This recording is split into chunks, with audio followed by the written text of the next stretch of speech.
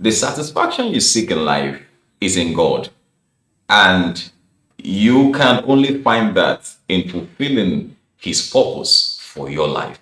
He created you and He created you for a purpose. Now, until you come to that realization that you are not here on your own, you didn't just suddenly appear or drop from a planet onto the earth, that somebody created you and somebody put you here, and that nobody does anything without a purpose.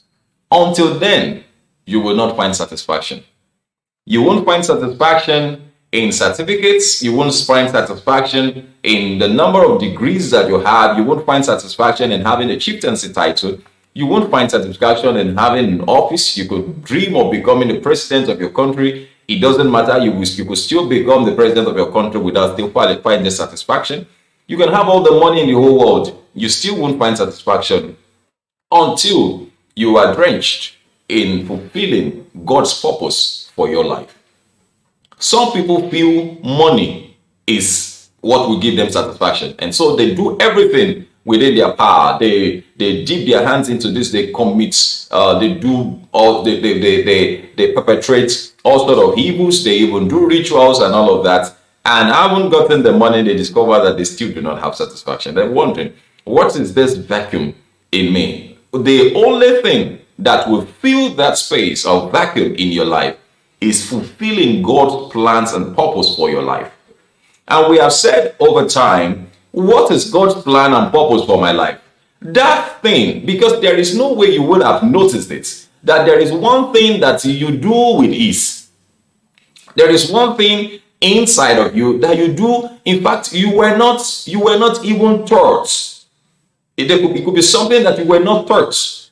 It could be something that you just find yourself doing it even unconsciously.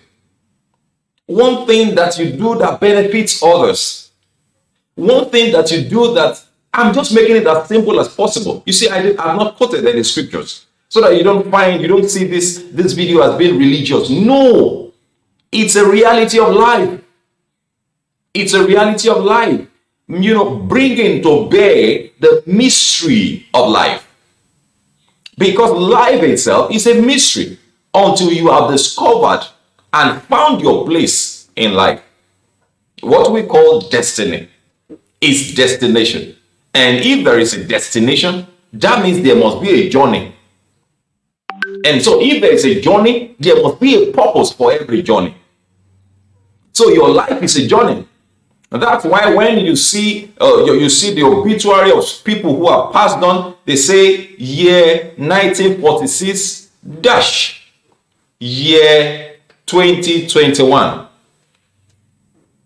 The dash is the fulfillment. The dash is what you have done with your whole life. Dash. I did a short article on the dash of life. I think I'll be sharing that with you very soon. The dash of life. How you spend your dash. What you do with your dash. Do you know that when you die, you don't have any power over the dash anymore. But now you can do so much with the dash. I was at a birthday party of a 17-year-old man over the last weekend. And the man was going to talk. He summarized his whole 70 years in less than 30 minutes. And I was like, wow. Even the MC got it. It got the attention. It was like, wow, really? 70 years. You summarized it in less than 30 minutes. That is serious. That is serious. That tells you that there is not much. In fact, there is little or nothing in the things that the majority are running after. There is nothing. You're going nowhere with everything that you see around. Everything that you see around, you will not take one thing out of this world. Even your body is going nowhere. The soul, your spirit, man. And unfortunately, we invest little. We invest little in the things of the spirit. We don't invest much in the things of the spirit. Jesus Christ said in John chapter 4 and verse 34 to 35, the disciples had gone and come back. They went to look for food, and by the time he came back, he didn't look as if he was hungry anymore. And so they were wondering. They said, oh, somebody must have brought food for him. He said, he heard them. He said, nobody brought food for me. He said, my food is to do the will of him that sent me. Now, I am fulfilling the purpose of God for my life. Now, the fulfillment of that purpose is how I derive satisfaction. What does food do to you? Food nourishes you. Food keeps you running. Food produces the things that you need for your body. The same thing purpose does for your life.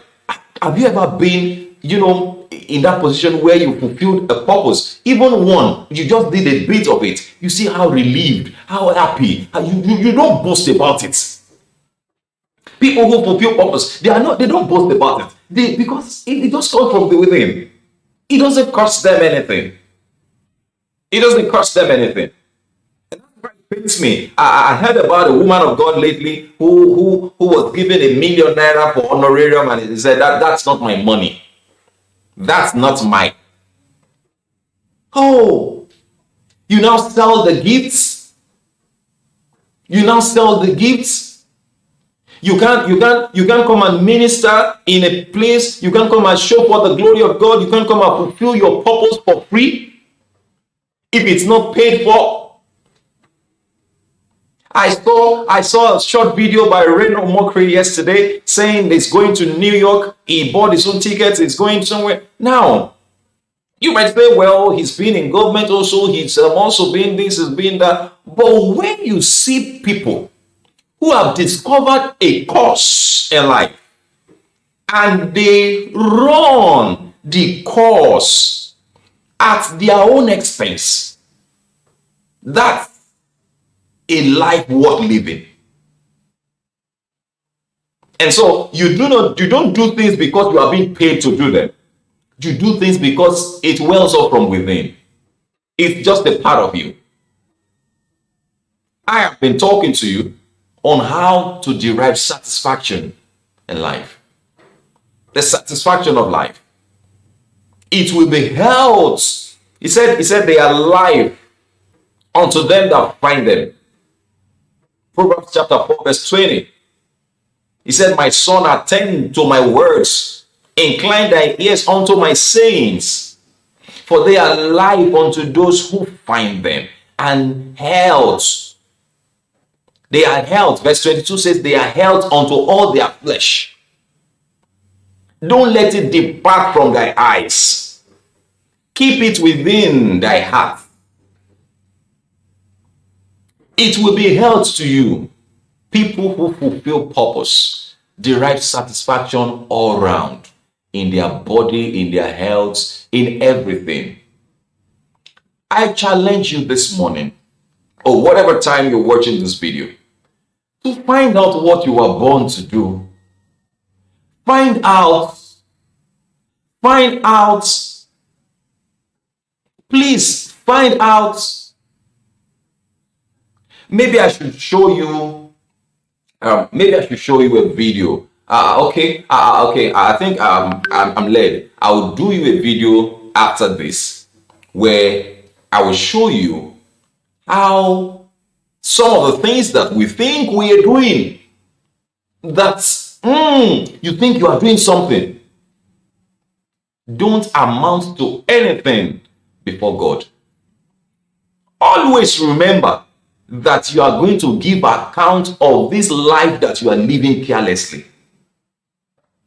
You are going to give an account. You are going to give an account for this life you are living carelessly. You are going to give an account. You are going to give an account. Note it. And so be very careful. Be very careful. Okay? Be very careful. And just find out what you are sent to do. For some of you, it's not going to be a prayer. You don't need any prayers anymore. You already know what your purpose is. You've only been running away from it. You want to fulfill your own purpose first before you fulfill the purpose of the one who sent you. Who told you that you have all the time? He said, help us to number our days, that we may apply our hearts unto wisdom. You don't have any time anymore. I know I started late, but at least within the short time I have left, you say, even if I have 100 years left, it's short compared to what we are going to spend with him in eternity. I challenge you. Find your purpose, you find satisfaction. Thank you very much for watching, and please share this video with others. That might just be your own assignment. Picking our videos, share them with others. God bless you.